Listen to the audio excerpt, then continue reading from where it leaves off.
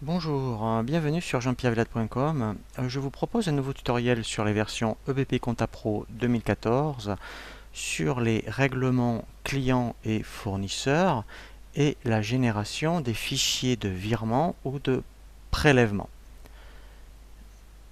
Ce tutoriel s'adresse essentiellement aux versions EBP Compta Pro puisqu'il n'y a que sur la version Pro où l'on peut vraiment générer les fichiers de virement. La première chose à faire pour que vous puissiez générer des fichiers de virement par rapport à vos fournisseurs, par exemple, est que dans le plan comptable, dans tout ce qui est paramètres, il faut absolument, donc moi je l'ai fait admettons pour les clients, en plus vous allez voir il y a une particularité, il faut absolument que vous indiquiez les coordonnées bancaires. Alors, dans l'onglet coordonnées, si vous saisissez directement la domiciliation bancaire de votre client, ça ne va pas marcher. Il y a une astuce, il faut cliquer sur tiers principal et ensuite vous avez l'onglet coordonnées bancaires. Quand vous renseignez l'onglet ici, coordonnées bancaires, ça va se mettre automatiquement ici. Voilà, donc c'est vrai que c'est une particularité, mais il faut le savoir, sinon après vos fichiers de virement seront erronés. Donc bien sûr, vous faites la même chose pour les fournisseurs, puisque pour les fournisseurs, mettons, voilà, vous avez aussi tiers principal, voilà, et là, en fait, dans coordonnées bancaires, voilà, vous faites ajouter et vous indiquez la domiciliation. Alors, ici, bien sûr, c'est pour tout ce qui est client et fournisseur, mais bien sûr, vous allez le faire aussi pour votre banque.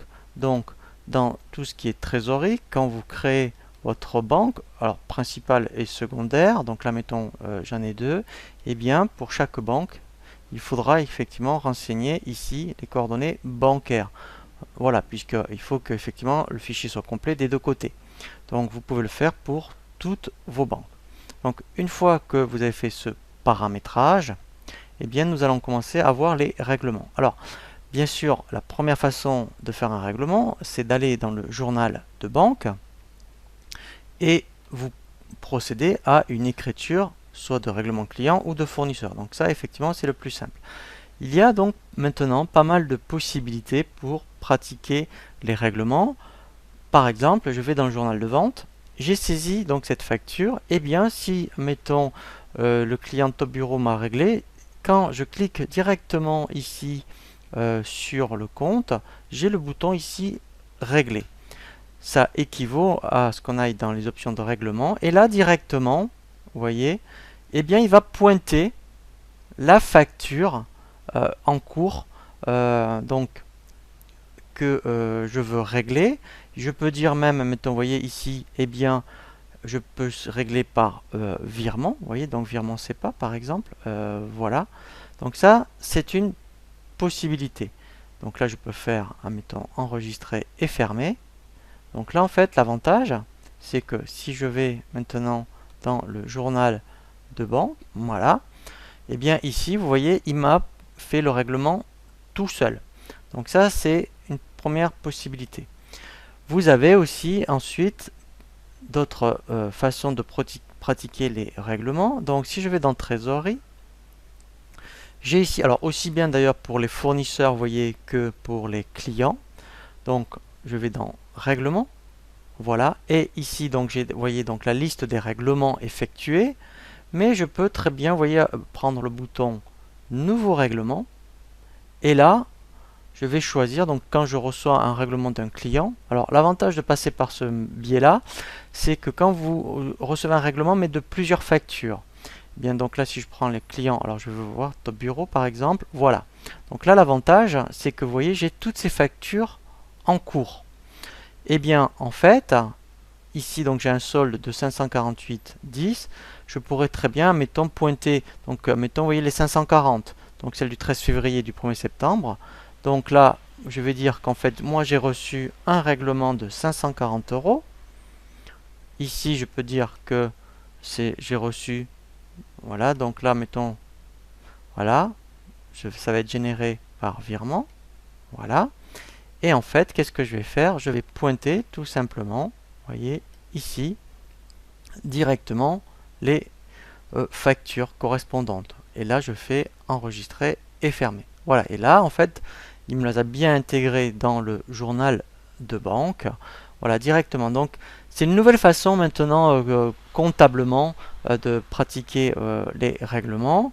Donc ensuite aussi, maintenant, ce qui est tout nouveau, c'est qu'on peut pointer des règlements avec des échéances. Vous voyez, donc, admettons, après, effectivement, si je me mettais... Alors, comment ça se passe? C'est-à-dire que, admettons, ici, par rapport à un règlement, admettons, de 500 euros, voilà, celle-ci, voilà, donc là, vous voyez, je la pointe.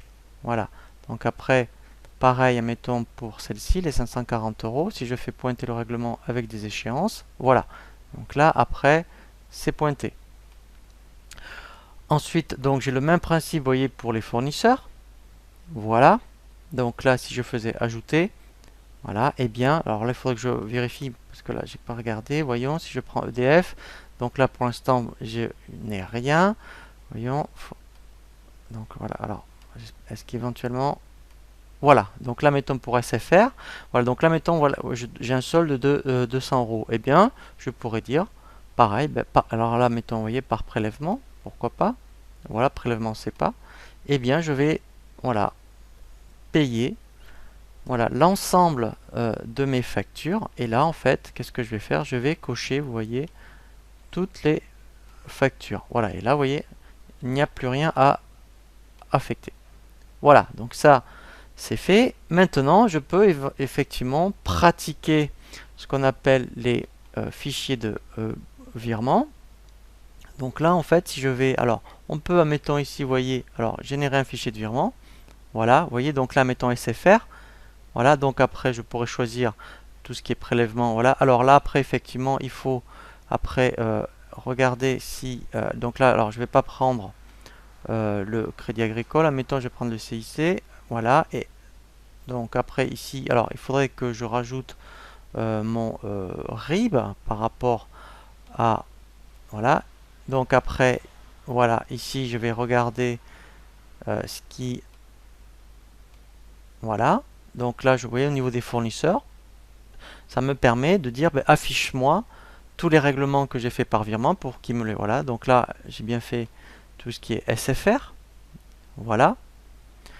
Et ensuite, voilà, donc là, alors là effectivement, donc si c'est un fichier de prélèvement, eh bien j'indiquerai donc le numéro émetteur. Donc là, il sera bien formaté au fichier CEPA. Et après, alors bien sûr, hein, il faut ici mettre le RIB. Et après, je fais générer un fichier CEPA.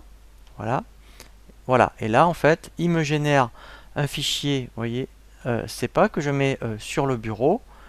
Et ensuite, après, effectivement, je n'ai plus qu'à l'envoyer à ma banque. Voilà, donc ça c'était pour les fournisseurs. Et j'ai le même principe pour les clients. Et donc en mettant même tout ce qui est... Voilà, je l'avais même déjà fait. Alors, on va voir si je vais en régénérer un. Voilà, donc c'est le même principe. Donc là, si je fais ajouter des règlements, je vais voir, je vais demander éventuellement, voilà, tout ce qui est... Voilà, vous voyez, top bureau. Et bien là, je vais sélectionner, voilà, 1040 pour qu'il me génère un fichier. Donc là, il faudrait mettre mon RIB ici.